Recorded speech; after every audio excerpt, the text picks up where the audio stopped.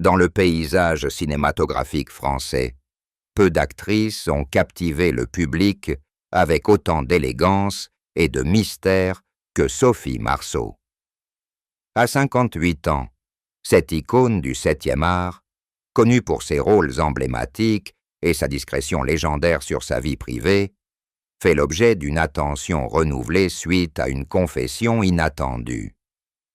Née en 1966, elle a traversé les décennies en mêlant succès professionnel et relations tumultueuses, tout en préservant un voile sur ses émotions intimes.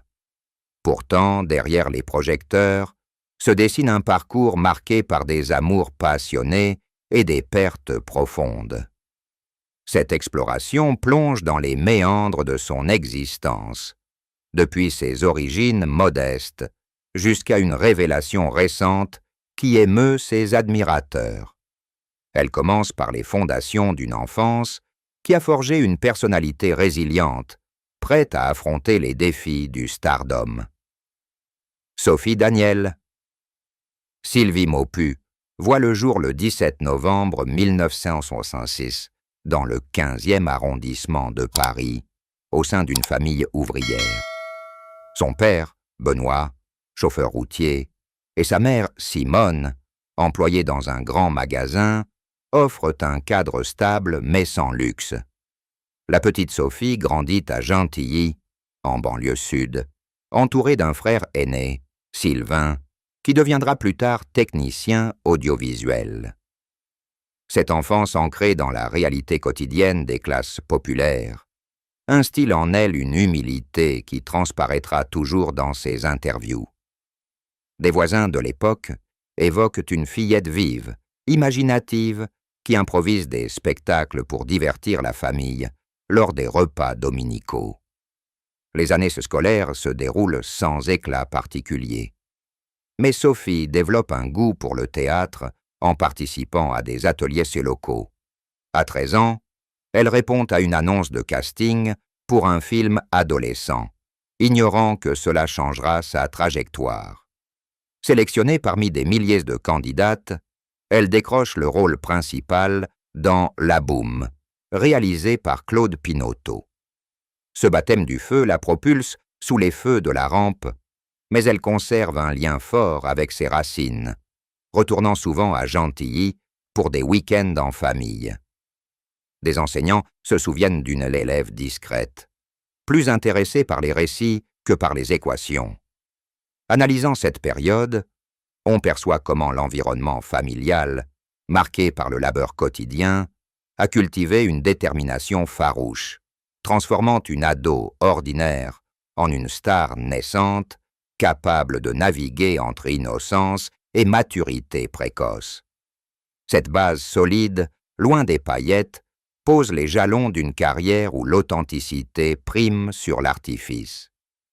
En 1980, La Boum sort sur les écrans et connaît un succès phénoménal, faisant de Sophie Marceau une idole des jeunes.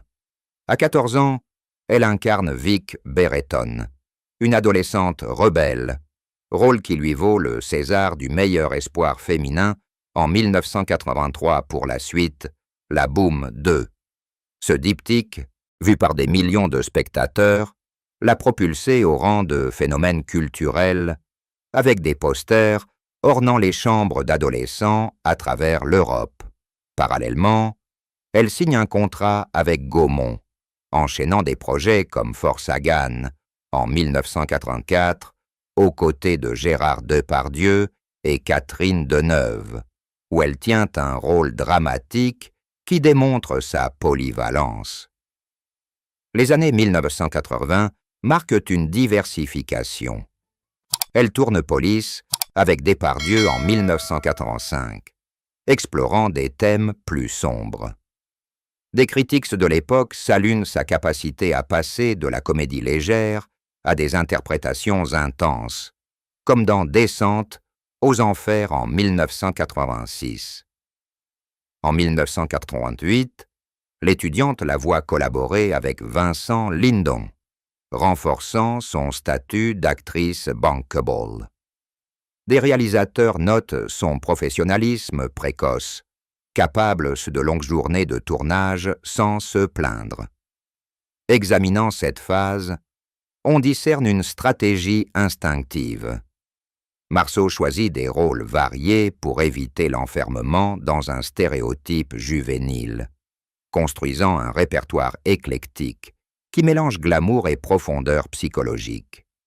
Cette ascension laborieuse, jalonnée de succès commerciaux, transforme une débutante en une figure incontournable du cinéma français, où le charisme naturel masque une ambition calculée.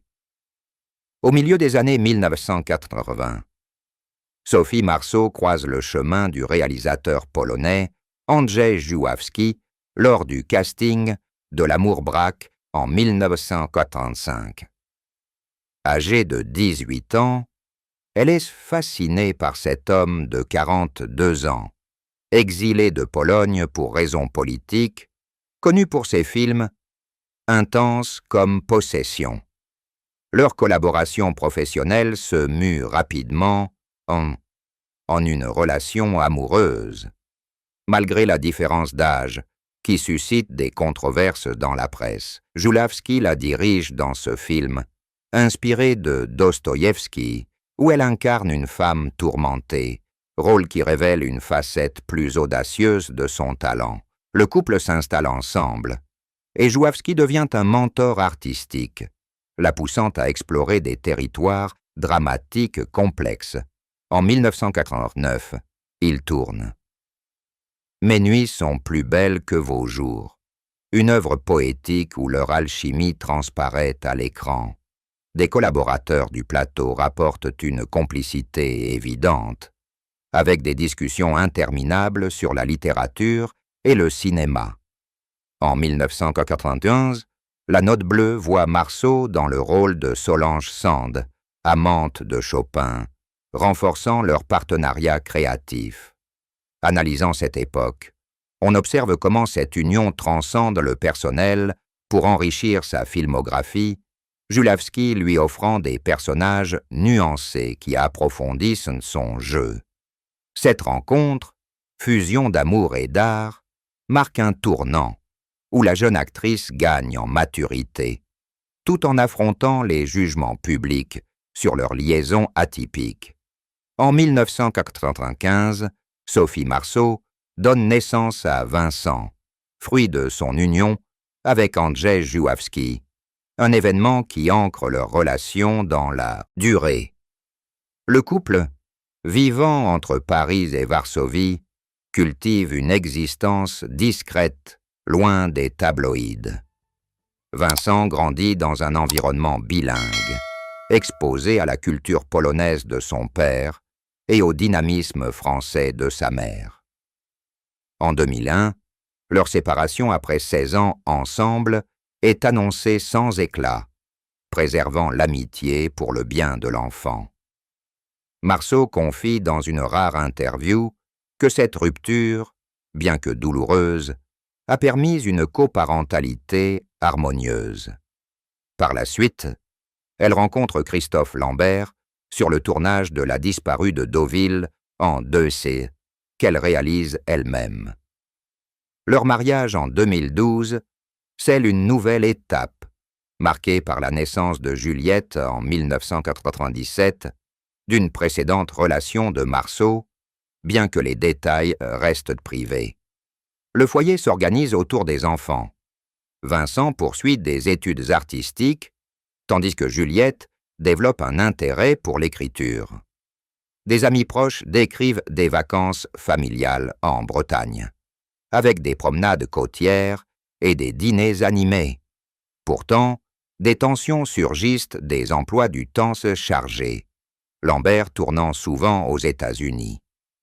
Analysant cette sphère, on voit un équilibre fragile où les responsabilités parentales tempèrent les passions professionnelles, Marceau priorisant l'éducation émotionnelle de ses enfants. Cette période, riche en moments chaleureux comme des anniversaires surprises, révèle une femme épanouie dans son rôle de mère, transformant les aléas sentimentaux en force intérieure. Le divorce avec Lambert en 2014, amiable, souligne une maturité acquise, où les liens familiaux perdurent au-delà des unions romantiques. Vincent et Juliette, aujourd'hui adultes, maintiennent une proximité avec leur mère, participant occasionnellement à des événements publics. Au fil des ans, Sophie Marceau affronte des controverses qui ébranlent son image sereine. En 1985, sa relation avec Julavsky, de 24 ans, son aîné, déclenche un scandale médiatique, des journaux la qualifiant de « naïve manipulée ». Elle répond avec dignité, affirmant dans une conférence de presse que l'amour ignore les normes sociales. En 2001, leur séparation alimente les rumeurs d'infidélité, qu'elle dément fermement, protégeant Vincent des spéculations. Avec Lambert, des photos volées en 2013 révèlent des disputes, amplifiant les ragots sur leur couple. Sur le plan personnel, les pertes s'accumulent. La mort de Julavsky en 2016 d'un cancer la plonge dans un deuil profond, elle lui rendant hommage lors d'une rétrospective cannoise. Des intimes rapportent des mois d'isolement, où elles revisitent leurs films communs pour apaiser la douleur. En 2020, la pandémie isole la famille, exacerbant des tensions avec ses enfants adultes. Analysant ces épreuves, on discerne un pattern. Marceau transforme l'adversité en résilience créative, comme dans son livre « Figures en 2008 », où elle évoque les défis féminins. Pourtant, ces fissures dévoilent une vulnérabilité sous l'armure glamour, questionnant la conciliation entre vie publique mais intime. Les critiques pour des rôles osés, comme dans Fidelius en 2014, ajoutent à ce tableau où l'audace artistique défie les conventions. Cette phase, marquée par des batailles médiatiques et des chagrins privés, illustre les coups du succès, préparant une introspection plus profonde. Dans les années 2010, Sophie Marceau diversifie ses activités. Elle réalise une rencontre en 2014 explorant les thèmes de l'amour moderne, et joue dans Tous s'est bien passé en 2021, un film sur l'euthanasie qui suscite des débats éthiques. En 2022, à Love America la voit incarner une femme en quête de renouveau à Los Angeles, rôle inspiré de la réalisatrice Lisa Azuelos. Ses apparitions festivalières, comme à Cannes en 2023 pour une masterclass, attirent des foules admiratives. Engagée socialement, elle soutient des causes féministes via des associations comme la Fondation des femmes, participant à des galas annuels. En 2024, elle publie un recueil de poèmes reflétant une Zhuangxiang vers l'écriture introspective. Des admirateurs évoquent son charisme intact lors de signatures. Analysant cet ère, on observe une transition vers la maturité artistique. Marceau privilégie des projets personnels, léguant un héritage multiforme. Pourtant, ce crépuscule révèle des regrets, des rôles refusés pour prioriser la famille, une santé fragile avec des pauses pour repos. À Paris, elle cultive un jardin secret, lisant avidement des auteurs comme Duras. Cette période, abondante en bilans, prépare un legs nuancé, où la gloire s'entrelace à la quête de sens. À 58 ans, Sophie Marceau brise un long silence dans une interview exclusive, admettant qu'Andrzej Jouhavski reste l'amour de sa vie, malgré leur séparation et son décès. Cette confession, faite lors d'une promotion en 2025, émeut par sa sincérité. Elle décrit leur lien comme une fusion artistique et sentimentale, source d'inspiration durable. Vincent, leur fils, soutiendrait cette mémoire, partageant des anecdotes sur leur complicité. Pourtant, cette révélation divise. Des proches évoquent des tensions passées, tandis que l'héritage émotionnel pèse sur ces relations ultérieures. Des intimes décrivent des soirées solitaires, où elles revisitent des lettres anciennes, larmes aux yeux. Analysant ce dénouement, on voit un paradoxe. L'actrice qui incarna l'indépendance termine en introspection, son aveu soulignant la permanence des passions. Cette fin mélancolique interroge la quête d'amour éternel face au temps. Que pensez-vous de cette confession? Prévoyez-vous une réconciliation avec son passé ou de nouvelles aventures? Partagez vos réflexions. N'oubliez pas de commenter, liker et vous abonner pour plus d'enquêtes culturelles. Les années scolaires se déroulent sans éclat particulier, mais Sophie développe un goût pour le théâtre en participant à des ateliers locaux. À 13 ans, elle répond à une annonce de casting pour un film adolescent, ignorant que cela changera sa trajectoire. Sélectionnée parmi des milliers de candidates, elle décroche le rôle principal dans La Boum, réalisé par Claude Pinoteau. Ce baptême du feu la propulse sous les feux de la rampe, mais elle conserve un lien fort avec ses racines, retournant souvent à Gentilly pour des week-ends en famille. Des enseignants se souviennent d'une élève discrète, plus intéressée par les récits que par les équations.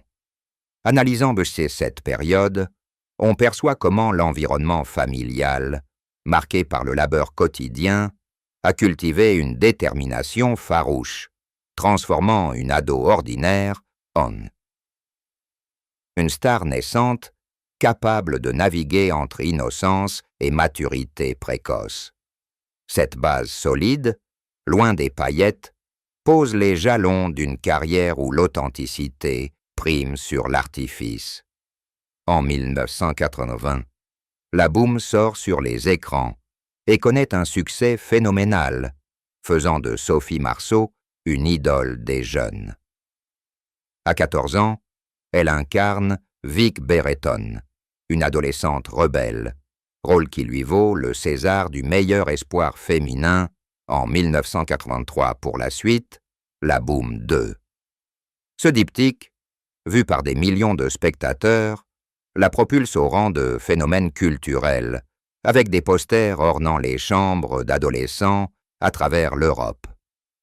Parallèlement, elle signe un contrat avec Gaumont, enchaînant des projets comme Force Hagan en 1944, aux côtés de Gérard Depardieu et Catherine Deneuve, où elle tient un rôle dramatique qui démontre sa polyvalence.